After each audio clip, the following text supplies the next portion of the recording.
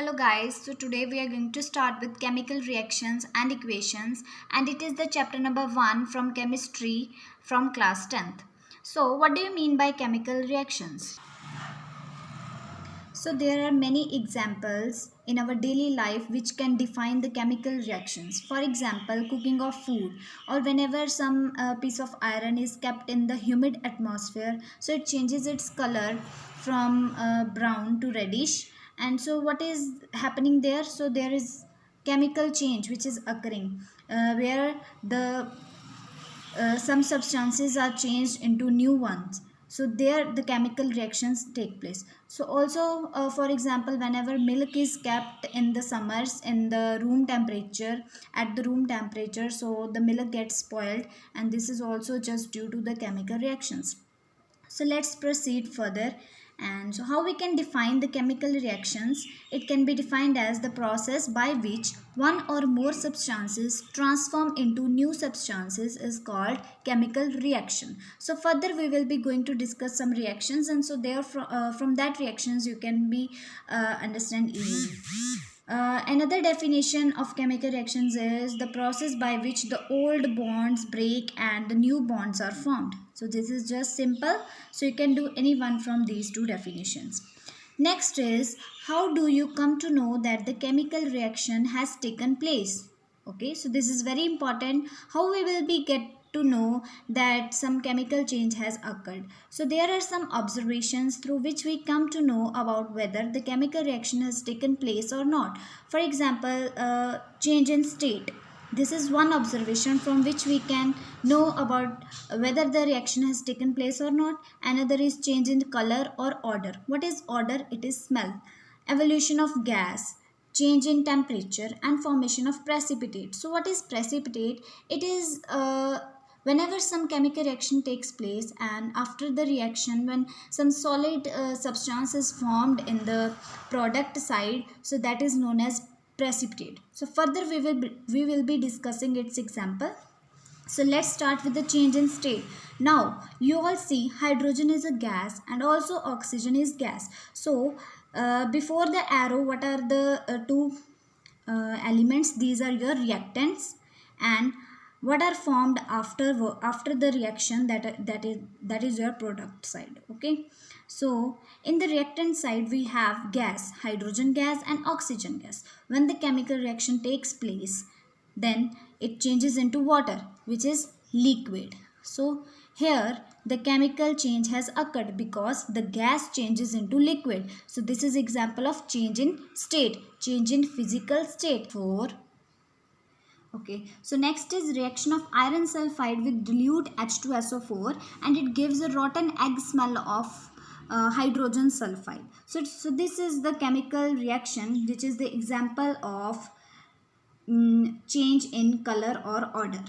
Okay, so here what is happening, when iron sulfide is mixed with dilute H2SO4, then it gives the rotten egg like smell, which is similar to hydrogen sulfide. Okay, so now we are proceeding further in with change in color. So when copper sulfate, which is blue in color, okay, it is mixed with the ferrous, or we can say it as iron. It is a symbol of iron. So when it is mixed, it gives out ferrous sulfate plus copper. Okay, so copper sulfate, which was blue in color before the reaction with iron, that changed into greenish ferrous sulfate after the chemical reaction. So this is the example of change in color.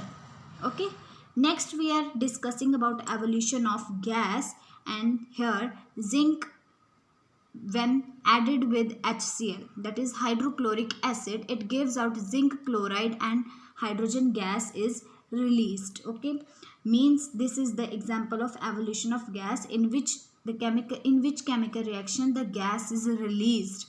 Okay, now moving further, with discussion with change in temperature. So there are two types of reactions which come under change in temperature, like exothermic and endothermic. So what are exothermic? Exothermic reactions are those in which heat is required to carry out the reactions. Okay, heat is heat is released to carry out the reactions, and endothermic are those in which heat is required to carry out the reaction.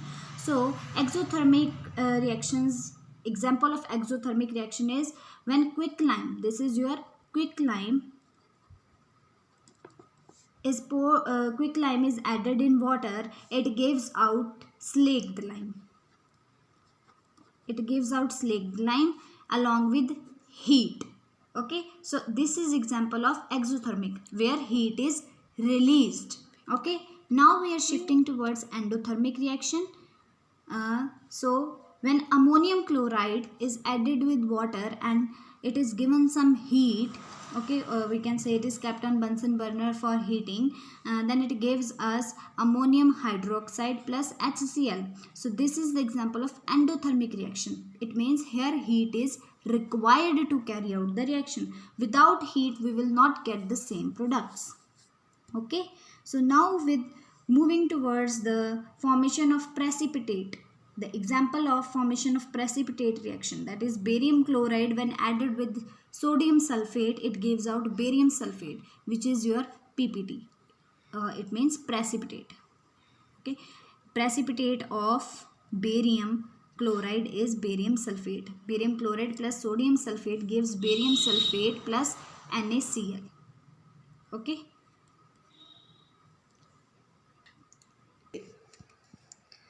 So overall our today's topic was chemical reactions and how we can recognize whether the chemical reaction has taken place or not. So these reactions you all have to revise, and now we are shifting towards the... So let's start with the first MCQ. Which of the following is not a chemical reaction? इनमें से कौन सा chemical reaction नहीं है? Burning of coal, melting of ice, fermentation of sugar and digestion of food. So burning of coal, it is a chemical reaction, okay? Because when coal burns, it cannot be changed into coal back, okay? Fermentation of sugar, this is also a chemical change because whenever sugar is fermented, it does not come back. We cannot obtain sugar back. And digestion of food, you all know.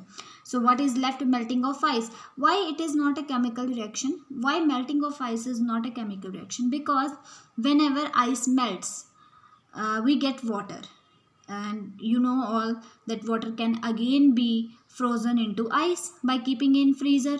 So that is why this is not a chemical reaction. Okay, what is chemical reaction? In which the new product is formed with the new chemical properties, okay, and in which we cannot obtain the reactants back.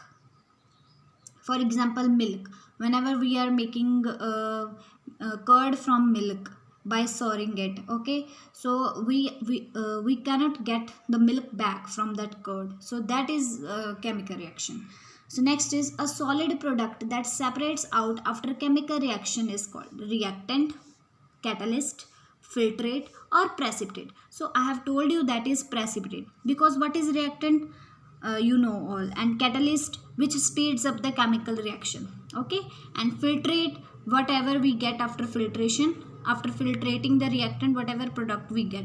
And precipitate is the solid mass which we get after the chemical reaction is taking place. So precipitate. So these are some questions from the topic, like define a chemical reaction, name the products formed in the reaction of sulfuric acid and barium chloride. So these questions you have to practice, and you can have a look once, and so prepare your topic.